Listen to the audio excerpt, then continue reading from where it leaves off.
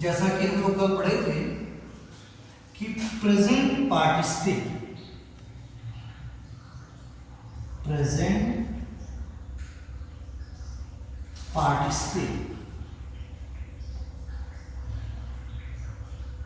ये वर्ब के first form में आईएनजी लगाने से बनता है, जैसे गोइंग, प्लेइंग। और इसका उपयोग कहाँ करते हैं? तो मैंने आपको कल बताया था एक एग्जाम्पल देके कि जैसे इसमें कोई जो घटना होती है, एक दो घटनाएं एक साथ होती है और एक घटना के पूरा होने के बाद तुरंत उसी से जुड़ा हुआ दूसरा घटना पूरा होता है, पहले वाक्य का फल दूसरे वाक्य में मिल जाता है। तो मैंने आपको एग्जाम्पल दिया था कि सेब देख कर वह पेड़ पर चढ़ गया या कमरे में प्रवेश करते ही उसे एक सांप दिखाई दिया। आज हम लोग पढ़ेंगे इसके दूसरे पार्ट को, जिसका नाम है पास्ट पार्टिसिपल। मैं इंट्रोडक्शन में आपको बताया था कि पास्ट पार्टिसिपल जो होता है third form of the verb होता है। थर्ड फॉर्म पार्टिसिपल बेसिकली तौर पे जो है प्रेजेंट पार्टिसिपल बेसिकली तौर पे या तो वर्ब की तरह कार्य करता है और या फिर वह एडजेक्टिव की तरह, जबकि वही प्रेजेंट पार्टिसिपल के परिवार में जो जीरेंड पर मिलता जुलता जो परिवार है जीरेंड, यह केवल नाउन की तरह काम करता है। जीरेंड ये नाउन की तरह काम करता है और ये वर्ब और एडजेक्टिव दोनों की तरह कार्य करता है। और वर्ब और एडजेक्टिव जो है हमको देखने को मिल जाएगा। जैसे मान लीजिए अगर कोई वाक्य है, वह एक सेवा निवृत्त अध्यापक है। तो ये जो सेवानिवृत्त शब्द है यह अध्यापक की विशेषता के लिए आना है कि वह सेवानिवृत्त है। तो जब बनाते हैं तो बनाते हैं he is a retired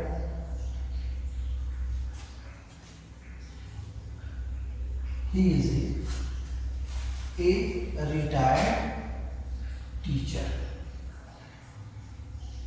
He is a retired teacher. और इसी को अगर हम किसी वाक्य में सेट करके बनाते हैं, जैसे उसके पास एक कोट है, कोट फटी हुई है, फटी हुई है। तो ये फटा होना इस कोट की विशेषता है। तो जब बनाते हैं तो बनाते हैं he has a tattered coat. He had a tattered coat, अर्थात ये वर्ब का भी काम करके और कोट की विशेषता बताने के लिए एडजेक्टिव के लिए प्रयोग हो गया। जैसे वाक्य होता है घायल सैनिक को, घायल सैनिक को अस्पताल भेज दिया गया।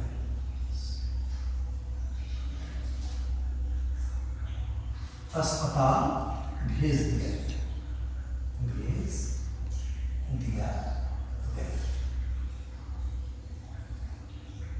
तो क्या बनेंगे? The wounded soldier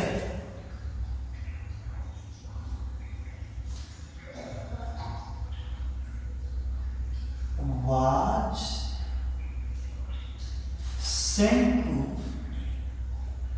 hospital. Sent to hospital. The wounded soldier was sent to hospital. अब इस पास्ट पार्टिसिपल में ही इसका एक तीसरा रूप होता है, उसे कहते हैं हम लोग परफेक्ट पार्टिसिपल.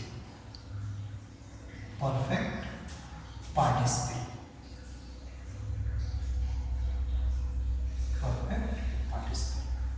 परफेक्ट पार्टिसिपल क्या है? तो परफेक्ट पार्टिसिपल की विशेषता बताते हुए मैंने बताया था कि इसमें हैविंग और प्लस V3 का प्रयोग करते हैं. मतलब हैविंग लगाते हैं और हैविंग के साथ थर्ड फॉर्म वर्ब का प्रयोग करते हैं. जैसे having played, having gone, etc. और इनका ट्रांसलेशन या वाक्यों में जोड़ के लिए निम्नलिखित नियमों का प्रयोग किया जाएगा, जो मैं आपको अगले टर्म में फिर जब क्लास लूंगा तो बताऊंगा कि